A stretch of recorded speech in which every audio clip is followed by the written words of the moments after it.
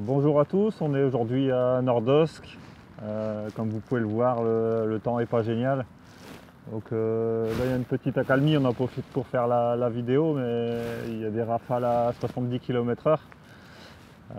Donc dans ces conditions-là, il y a quelques petites astuces pour essayer de mieux pêcher. Donc c'est le but de cette vidéo, on va essayer de vous présenter quelques petits conseils.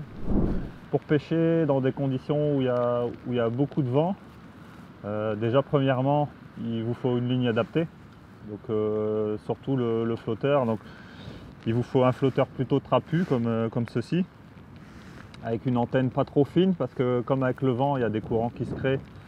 Il faut éviter une antenne trop fine, parce qu'avec les courants, l'antenne va avoir toujours tendance à couler, vous n'allez pas bien voir vos touches. Donc là, c'est une antenne de 1,7 mm. Qui est pas mal, donc vous pouvez aller jusqu'à 2 mm si vraiment il y a beaucoup de vent, quoi. Donc un flotteur adapté, trapu, qui va être bien stable dans le vent. Comme vous pouvez le voir, j'ai mis un petit plomb là sur la bannière. Ça permet de noyer la bannière facilement sans mettre le sillon dans l'eau. Donc ça vous permettra d'avoir une ligne bien stable et qui ne dérive pas trop loin de votre amorçage. Votre flotteur va rester comme ça bien en dessous de votre sillon et vous allez pêcher sur votre amorçage. Deuxième point, c'est comme vous pouvez le voir, j'utilise des sillons assez courts. Donc ça c'est les sillons, les Grey Power Type de chez Preston. Ils sont assez courts et ils sont très rigides. Même quand on travaille le poisson, le sillon est très rigide. Et en fait quand on pêche comme ça avec des coupelles de sillon, ça permet dans le vent de ne pas avoir le sillon qui a un effet de balancier et de ne pas avoir un bon contrôle de ligne, quoi. Là c'est vraiment beaucoup plus rigide. C'est vraiment l'idéal pour pêcher comme ça dans le vent. Troisième chose, aujourd'hui en plus du vent il y a de la pluie, donc ça c'est super pratique parce qu'avec un vent pareil on ne peut pas mettre de parapluie. Donc comme vous pouvez le voir, là j'ai des asticots, ça fait 2 heures que je pêche, il n'y en a pas un qui s'en va parce qu'ils sont bien abrités sous la desserte Astor. Donc pour pêcher quand il pleut et qu'il y a du vent, il vous faut une desserte comme ça. Le support de kit aussi c'est important parce que si vous laissez vos brins de canne que vous n'utilisez pas sur le côté avec le vent, là on a le vent dans le dos, la moindre rafale de vent tout va voler à l'eau et vous allez perdre vos éléments de canne. Donc ça permet d'avoir un support kit bien stable, comme vous pouvez le voir je l'ai lesté également. Donc au moins vous pêchez tranquille sans avoir peur que votre matériel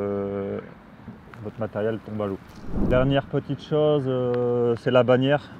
Donc là, j'ai pas une très grande bannière. Ça me permet d'éviter que le vent pousse ma ligne et que je pêche en dehors de mon amorçage. Je peux me permettre de le faire parce que je pêche à une distance assez courte, parce que je pêche à 4 ou 5 brins de canne. Donc j'ai pas trop les rafales de vent, je les ressens pas de trop. Si j'avais le vent en plein travers et que je devais pêcher jusqu'à 11,50 m ou 13 mètres, là je mettrais une bannière un peu plus grande pour éviter à chaque fois que j'ai des rafales de vent que mon flotteur soit balancé à droite à gauche.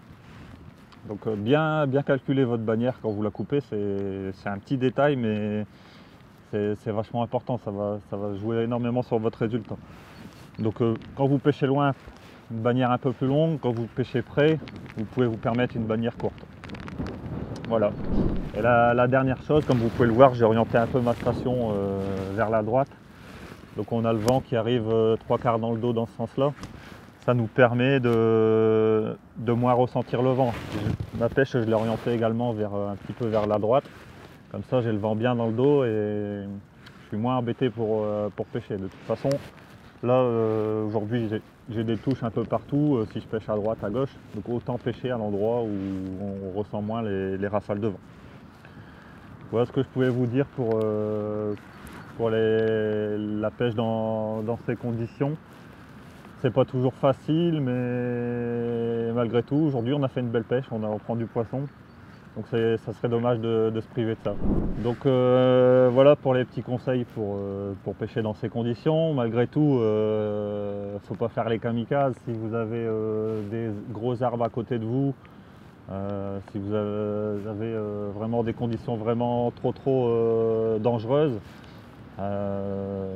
Vaut mieux éviter. Là aujourd'hui il n'y a pas de gros arbres, c'est des petits arbres à côté, on peut se permettre de pêcher. Pareil, si vraiment il y a trop de vent, on enlève les kits, on va les mettre derrière la voiture.